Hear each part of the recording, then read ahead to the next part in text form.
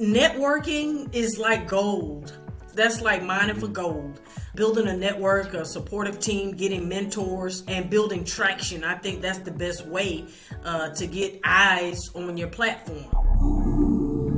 Hey, welcome to the Video Entrepreneur Podcast. Welcome back. This is a podcast brought to you by Uscreen. This is your host, Rob Balasabas. Glad to meet you. I'm the head of partnerships here at Uscreen, and I hope that you're doing well. I hope that you're enjoying the podcast so far and that you're ready to learn some awesome ways to build your revenue streams with your video content and really meet our awesome guest today. So today I am joined by Sheri Johnson, and she's going to be talking about the incredible doors that have opened up for her because of the content and the platform that she's building to champion the underrepresented and underestimated LGBTQ plus community in the television and advocacy spaces. Sheri Johnson is a media entrepreneur and social advocate founding Strong Voices Television, or SVTV Network for short. It's an over-the-top OTT SVOD streaming platform. She launched her digital distribution platform based on the success of Studville TV, which is a series that she created on her teacher's salary to reflect her and her lesbian friends, ultimately attracting 100,000 subscribers on YouTube. Tagg Magazine has recently named Sheri as one of its 2022 Enterprising Women, an annual recognition of ambitious LGBTQ plus leaders on a quest to make a difference. And previously a firefighter, Sheri now teaches middle school and coaches basketball and volleyball teams, leading them to multiple championships based on her own experience as a semi-pro basketball player. Sheri also supports her community as a member of Out Georgia, the LGBTQ plus business leaders organization, and as a contributor to Pride School Atlanta and Heaven Help All Foundation, which recognized her with a 2021 Constellation Award. She has also authored 2 books on infertility and a new children's book called Black Girl Magic, debuting in spring 2022. And so before we chat with Sheri, I'd just like to invite you to subscribe to our podcast on YouTube or on your favorite podcasting app. We have new episodes every single week. You're going to meet amazing folks just like Sheri today. And if you found value in our show, please take a moment, leave us a review or a comment. That helps us get this podcast out to as many creators just like you as possible. And so with that, let's talk with Sheri. Sheri, welcome to the podcast. Excited to have you here. How are you doing today? I'm doing great, Rob. Thank you so much for having me. Great opportunity. Love Uscreen, part of the Uscreen family. So yes, you are. It's awesome to be here. Yeah, absolutely. Awesome. I'm so excited. Really excited to really hear and share, what you have been doing, what you've built with SVTV, and really what you're doing with so many things. You mentioned Disney a little while ago before we started recording. So I'll let you, why don't you introduce yourself to everybody listening and tuning in today, just a little bit about you and what you guys are working on. All right, so my name is Sheri Johnson, and I'm the CEO and founder of a digital streaming platform, SVTV Network, also known as Strong Voices Television. It is a platform that amplifies the voices of the LGBTQ community in television, film, sports, and advocacy. And, I'm part of the community and anything to show our community and to the world that representation matters in those areas. Yeah, that's amazing. It's amazing. Yeah, I will share, you guys will see a link here to SVTV and just check it out. It's fantastic. Sure, you tell us a little bit about how you got into the space. Like, how did you start? Because your background was you're a semi-pro athlete. I believe you're a firefighter as well, kind of reading your bio. So yeah, tell us a little bit about that and kind of how you ended up doing this and, doing amazing things with SVTV. Well, with anything, Rob, you can look back throughout history and all the creatives always come up with their best work during heartbreak and heartache. That's right. So in 2012, I was a firefighter, and I went through a long-term breakup after 12 years within the lesbian community. And, my best friends at the time, they were saying that my life should be a television show. and trying to cheer me up, actually. And, you know, I thought about it for a minute. I'm like, well, your life should be a television show as well. You're my friends. And so that sparked a hit web series on YouTube called Studville TV. It launched in 2012, so I immersed myself into the film industry at that point. So brought on amateur actors and actresses, and we created and told the story of my life and my three best friends and the things we've gone through in dating and relationships, friendships, careers. And it was ahead of its time. It reached over 39 countries, millions of views. One episode had 1 million views on its own. Wow. And then we went through 4 successful seasons. But after the 3rd season, there was some turbulence with YouTube and the logarithm. They said they could no longer find suitable advertising partners for us. We were partnered with them as well. And, you know, that kind of hit. And so they demonetized us. I'm sorry. Demonetized is not a word. They demonetized Should be. us. Right. And so at that point, not only was I thinking about the web series Studville TV, but I was thinking about other community members and content creators, part of the LGBTQ community, who were affected by this change. Yeah. And so, you know, when I started filming in 2012, I was staying in an apartment and I painted a wall chalkboard paint. And I would put ideas for the series all over the board, just spread out all over the board, ideas for the show. But in the middle of that, and I have pictures, in the middle of that, for some reason, God gave me the vision for gay flicks. Now, looking back, it sounds kind of pornographic, and I'm so glad I changed the name to SVTV Network. But gay flicks was jumping off then and you know, starting to gain ground and momentum in 2012, and I always thought of our community and how representation mattered. And so SVTV Network was born after the series and after the demonetization on YouTube. And so SVTV Network was born, and we produced several shows and a season 4 of Studville TV, which was never on YouTube. It was on our platform. And with that launch in 2017 of our platform as a startup, we went from 0 to 15,000 subscribers in less than 30 days. Wow. And, you know, we were new to this. I was new to this. A lot of learning lessons. And so immediately after the launch, we did have some difficulties. Hands went up immediately, but immediately came down 30 days later when we had buffering issues. We had, you know, PayPal within the coding was triple billing people, and you know, we had all the bumps on the head right out of the gate after such a successful launch. And of course we did test our product with a small team of 6. And you know, when 15,000 people came, the transparency hit us very hard. It took several years to gain momentum. We had to change platforms several times, and finally we came to, you know, here's the plug here. We're on the Uscreen podcast. We came to the platform that got us to our most stable process ever, and that was Uscreen. So, you know, got us all the apps. And, you know, we learned about licensing. We didn't have to make the content, and we wanted to amplify others' voices. That was the real reason of starting it. It wasn't just from Studville TV.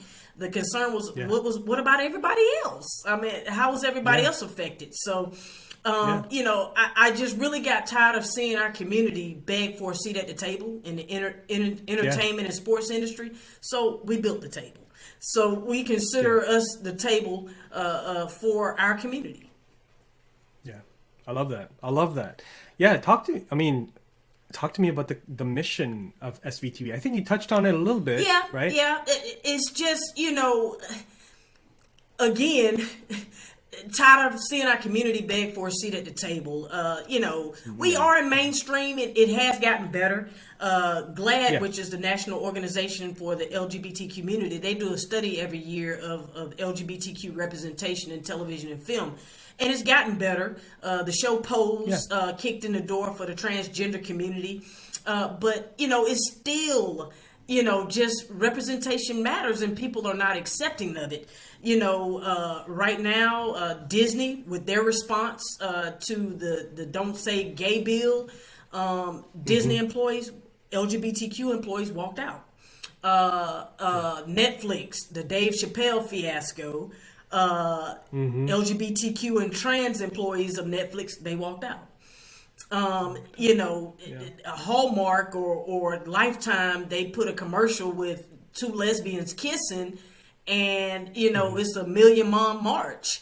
Oreo cookies make rainbow cookies. It's a Million Mom March. So it's still begging for a seat at the table and acceptance from a world who doesn't want to seem to accept the community or portions of the community when we talk about the transgender community.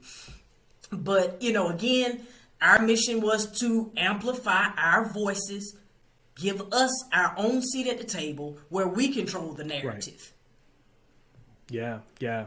I think you're doing a great job with it. Thank you so much, Sheri. So I think you're doing a great job with what you're doing. And, from conversations before we started recording, you got conversations happening with, you're attracting a lot of big names and brands. And I think it's fantastic what you guys are doing.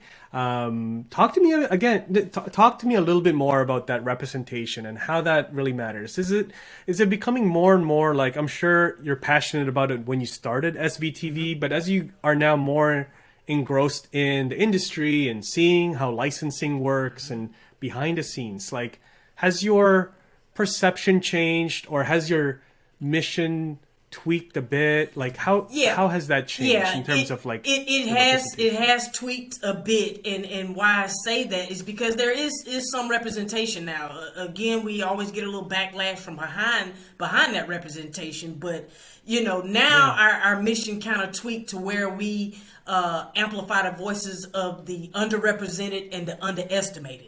So, with Studville TV, people were saying, Netflix is going to come, just keep putting out a good product and so forth. And Netflix never came. So underestimated. You have to get through the gatekeepers, and it's gatekeepers in the industry, whether you're LGBTQ or not, if you're in this industry. So our mission has gone more towards amplifying the underestimated and the underrepresented. And then, we're taking on, a whole state now. So we're celebrating Pride Month, and we're going to Disney at the end of Pride Month, at the end of June. And so we partnered with the Pride Cup. Through a nonprofit organization, KendrickPride.org. So they're bringing the Pride Cup down to Disney, and we're also introducing live streaming sports to our platform. We consider ourselves, I guess, the equivalent of a gay Hulu, because as you know from their advertising, Hulu has sports. I love their advertisements. Right. I'm praying that we get to that level at some point, but you will. We have partnered with some great people. Compete Magazine in January, they had the Compete Sports Diversity Awards. I was on the red carpet there, and that entire gala, sports awards gala for the LGBTQ community, was in Las Vegas at the Sin City Classic, the largest sporting event there is in North America. So thousands in Vegas. And that gala is streaming on our platform as well. So that's our introduction to sports. We also have some notable sports films and documentaries on our platform. So we've already started last quarter, at the end of 2021, adding sports content. So we have the Greg Louganis documentary. We have the Fallon Fox documentary. She was the first transgender woman championship boxer. And we have Washington, the DC Divas. And that is the mission of the Washington, D.C. Flag women's football team. And so now that's spinning into bringing to fruition live streaming sports. And so now we met all of the head of leagues in Las Vegas, and now they're all reaching out to us to see how we can partner, and a great partnership coming up here in June for Pride Month. And we're going to go down to Florida and we're going to say gay. So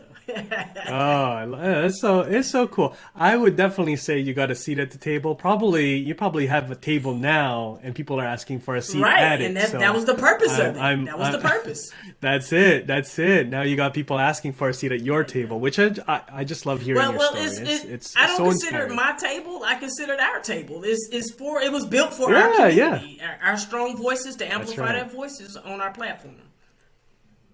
That's right. No, that's so But so it's a fantastic. platform that we built to tell our lives, our stories, our way on one network.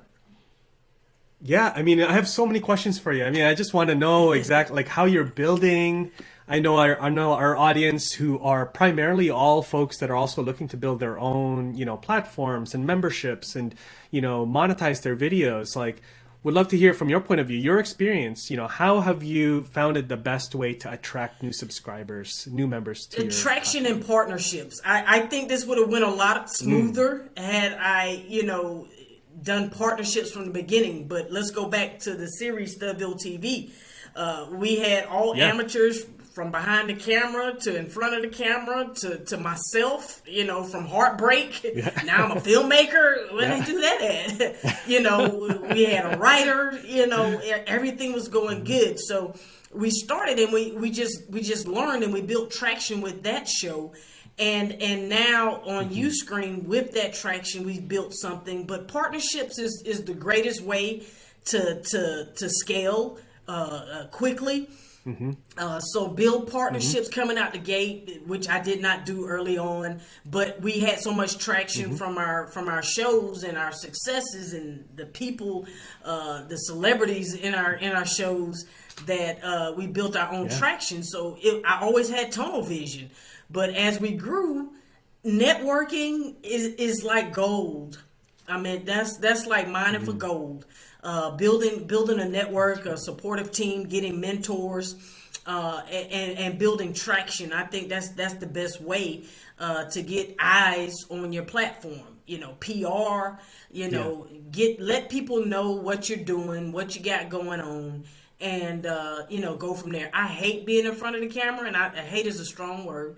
But I really can't stand it, and that was my major in college. My undergrad was communications. I wanted to be a sports broadcaster, and so I've been in sports for a while, and so sports had to be on the network at some point. But anyway, here it is. Yeah. But finding a niche, and ours is LGBTQ, so we're not all over the place. So I can't speak for those who are trying to get everything, but starting out, we just had a good niche, a good following, and we just built from there. And then we found Uscreen, and we had some early on mentors and guidance and business advisors, but as time grew, it's just a learning curve. I mean, things you need to learn. I didn't know about licensing. I didn't know about contracts. So we hired a lawyer, to do all of our contracts. So, all these things, just learning. You just have to learn. But, if I can go back, I would do all of the learning and get all of the partnerships before the launch, because, without that, we're blessed to go from 0 to 15,000, but, that cost us when 30 days later, everything else just went downhill. And so we lost credibility, we lost subscribers. So my thing is, get your ducks in a row and, just go from there. But I'm the type of entrepreneur that I like to just jump off a cliff and build a plane on the way down. And sometimes, you might hit a pigeon or something, and, the wing might catch on fire, but we still going down, and we building the plane, and we going to come back up. We going to come back up eventually. So, I don't give anybody that advice, but that's what happened here. So, yeah. That's real. That's real, though. That's the real experience. Yeah, no, I love that. I love that. It's really important. I think I have a huge respect for entrepreneurs and people that I talk to that are honest about the early failures, because a lot of people like think you woke up and you've got this, you're talking to Disney day one. You don't get there on day one, so it's inspiring. It's also just, it's nice to hear that, hey, this doesn't happen overnight, and you got to learn from those early days. I'm sure you're still continuing to learn the now. learning doesn't stop. Definitely in this industry. So. Licensing alone. I'm sure licensing to me is like a massive world, and you guys have done multiple. I'm like looking just at your catalog. There's multiple licensing deals that you guys have pulled together here. So you guys must be pros not now. Pros, but we're always learning. But things we learned about with streaming platforms. You got to get to be credible. You got to get closed captions and all of that stuff. The different forms, VTT, SCC, all of those. So I think it's fun and interesting, like to learn all of this stuff, like that I didn't know in the beginning, and it's just crazy. But I wish I would have known all of that in the beginning, because that not knocking 0 to 15,000, but it could have been 0 to a million real quick if we had known all of this. So. Yeah. You know what? Everything happens for, its own sort of sequence. I want to ask you about your monetization plan. I'm sure it's something you guys have thought about and debated. You guys have a very simple pricing plan. It's either monthly, 6 months, or annual. Like, how did you guys come to that decision? Did you play around with other pricing models as well over the years? We immediately came into SVOD. Subscription model. I mean, because we had content, and so we had partnered with YouTube at one point for our season finale of season 3, and partnered with them, and we charged just $2.99 for people just to watch that episode, the season finale. Partnered with YouTube, we made $100K gross from one episode. Everything else had been free on YouTube. We were just partners, advertising partners with them. So that's how we were getting the money we were getting.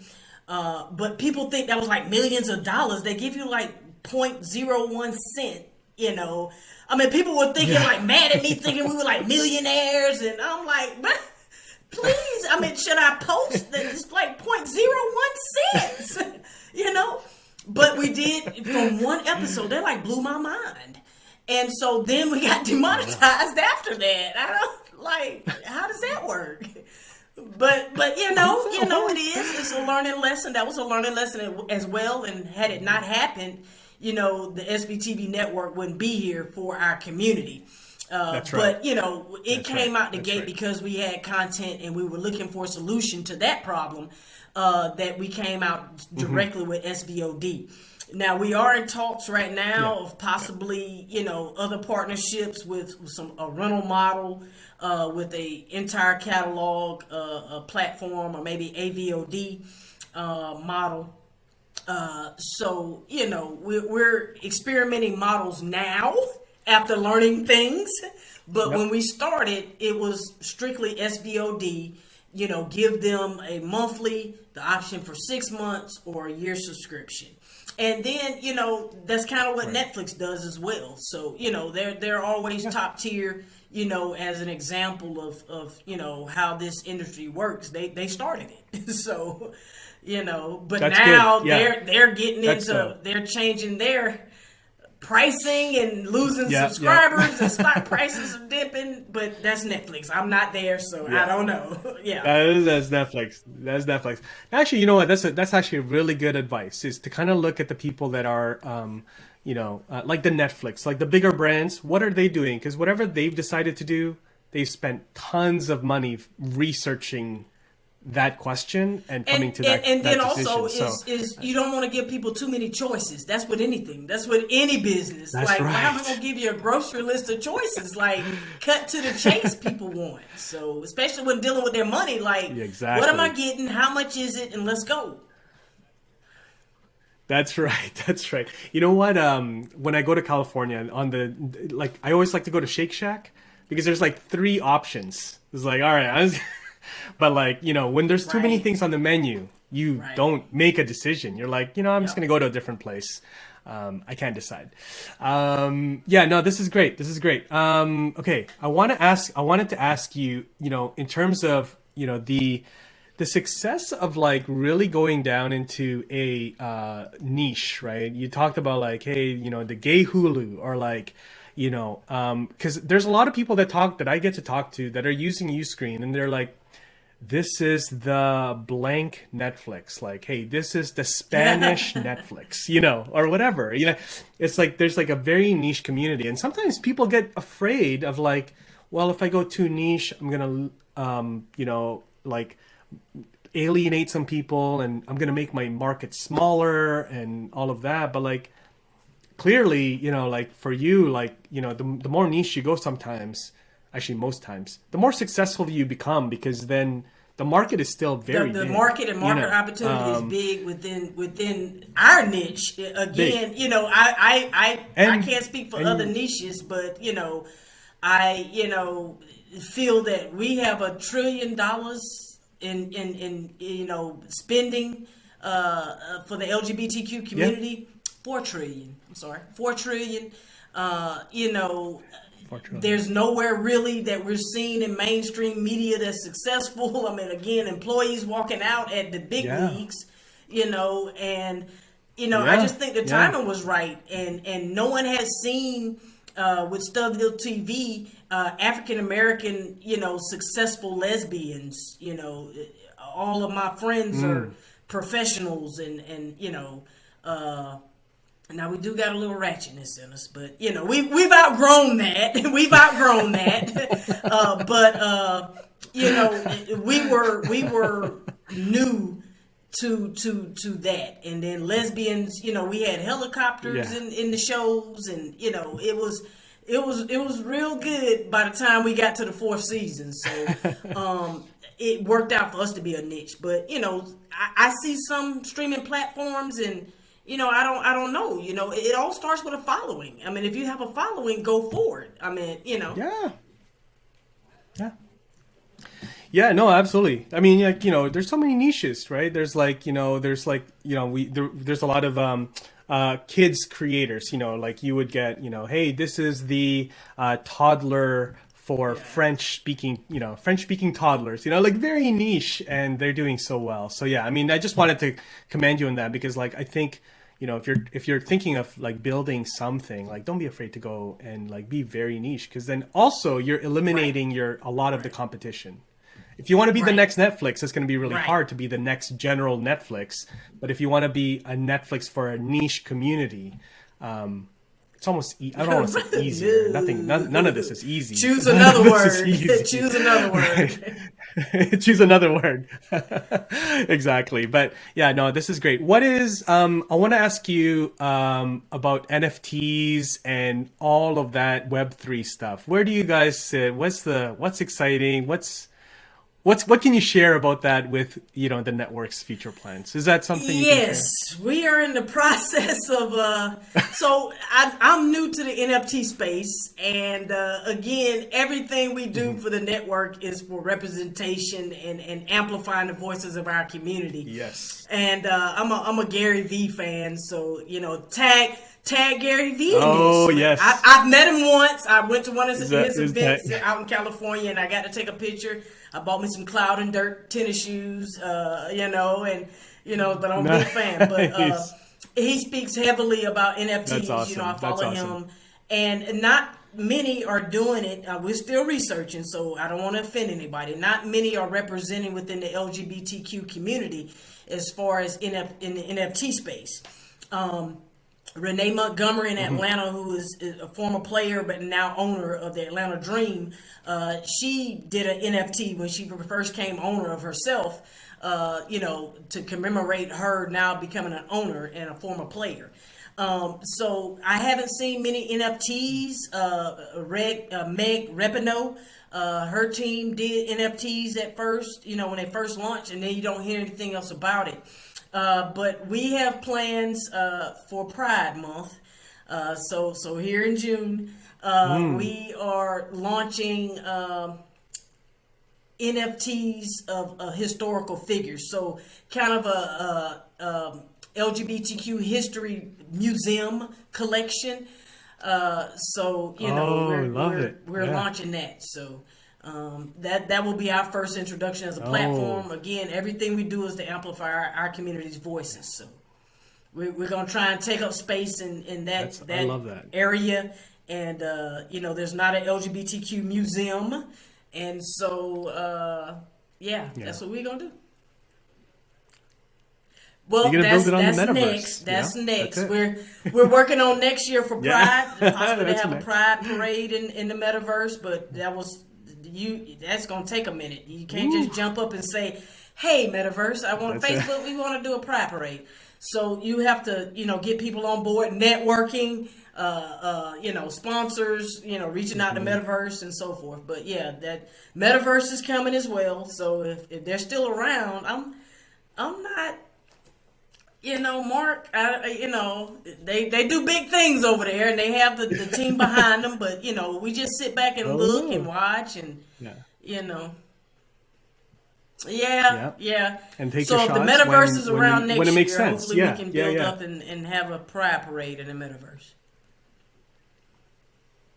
That's amazing. That's amazing. Well, I mean, time flies. It's almost like half an hour, and I asked you for 20 minutes, Sheri, and thank you so much for being generous. I'm super excited. I mean, on behalf of everybody at Uscreen, we're just so proud to have you guys using our platform and just being a small part of your story and your journey, and look forward to everything that you guys are building. And so tell the folks out there as we wrap up, what's the best place to connect with you, maybe even like sort of align with you in what you're doing, because I think you attract energy, I think, so Sheri. So as you're building, I can tell people will just gravitate to you with your energy. So all right, so how can people best connect personally? You can connect with me on LinkedIn. And actually it's SVTV Network on LinkedIn. We're getting a professional page. Instagram, SVTV Network. Me personally, _Sheri _Johnson.